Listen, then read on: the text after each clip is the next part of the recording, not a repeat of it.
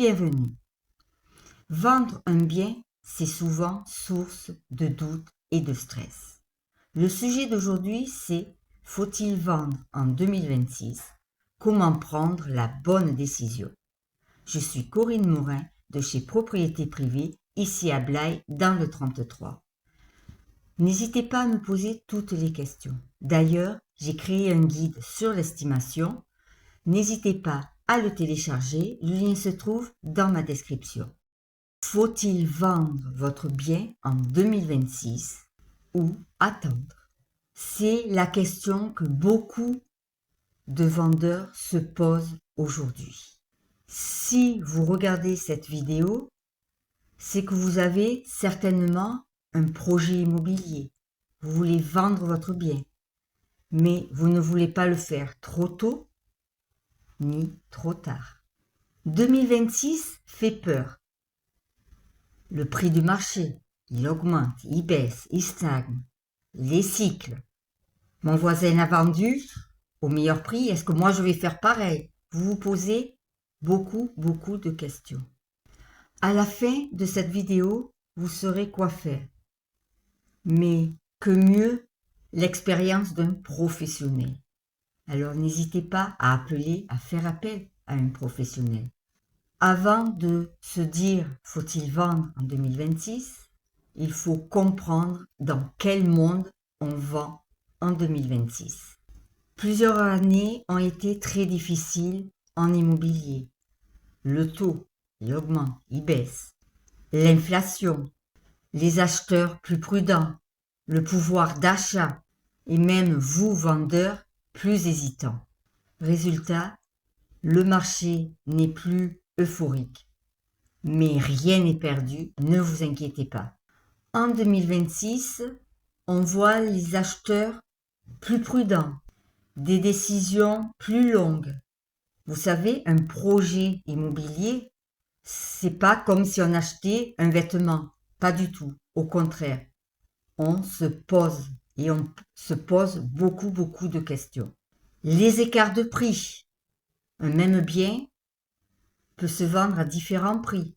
Et surtout, le marché.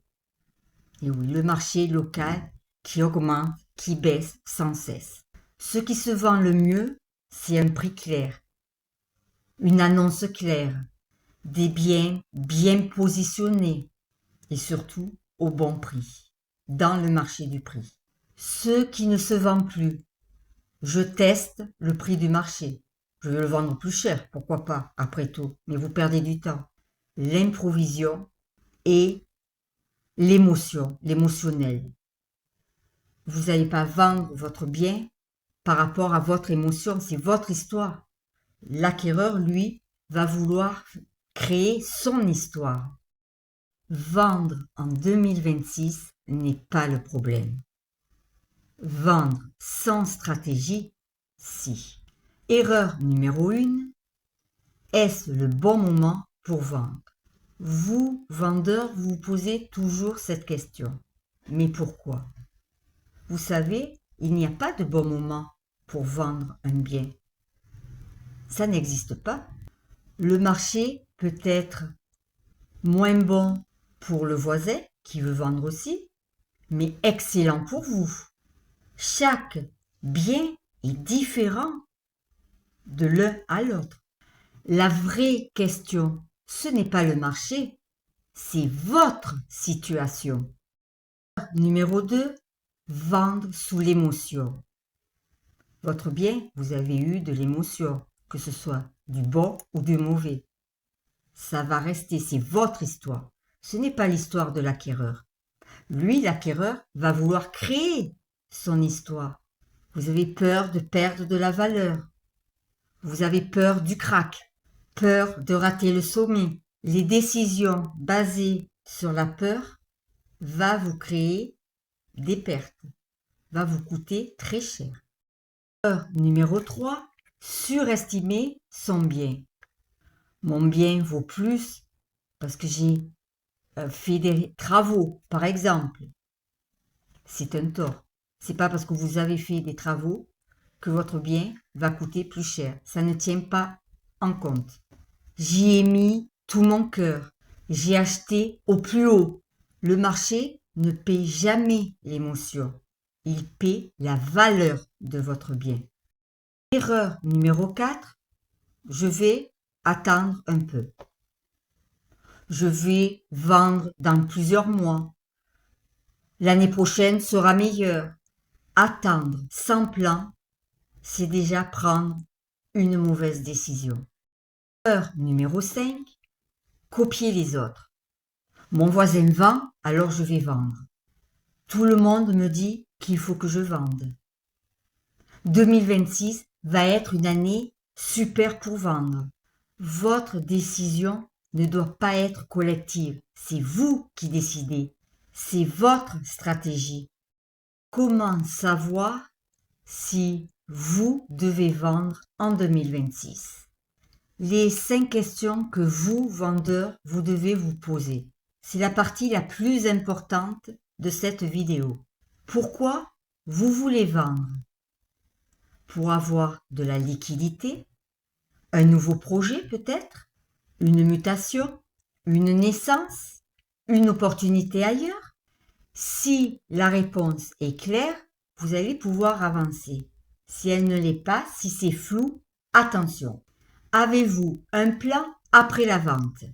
Vendre sans plan, c'est dangereux. Où va l'argent? Quel est mon objectif après?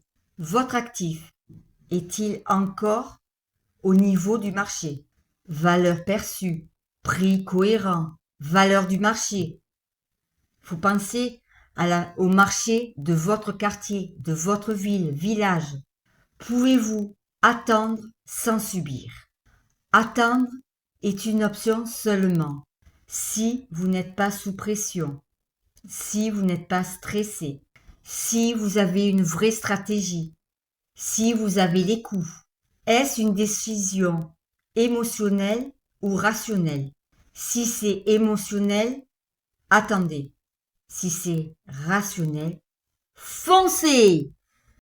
Ce qu'il faut faire concrètement en 2026. Analysez froidement la valeur réelle. Ce n'est pas ce que vous voulez vous, mais c'est ce que le marché veut. Ce n'est pas vous qui décidez. Vous avez un prix, c'est vrai, un prix de vente, ce qui est normal. Mais attention, je vous l'ai déjà dit plusieurs fois. Définir votre seuil minimum, votre prix acceptable. Choisir une vraie stratégie. Vendre vite, vendre à long terme, vendre structuré. Le marché récompense ceux qui sont prêts et pas ceux qui hésitent. En conclusion, alors, faut-il vendre en 2026? La vérité, c'est que 2026 ne va pas décider pour vous. Le marché n'est pas votre ennemi. C'est votre décision. Est-ce que vous êtes prêt qui va décider pour vous? Est-ce que vous êtes sûr de vouloir vendre? Les bons vendeurs ne cherchent pas le timing parfait. Ils cherchent la décision juste. Si vous, vendeurs, vous hésitez, vous vous posez la question, n'hésitez pas à me contacter en message privé. Je vous répondrai personnellement. Je vous dis à la prochaine pour une nouvelle vidéo. Ciao, ciao!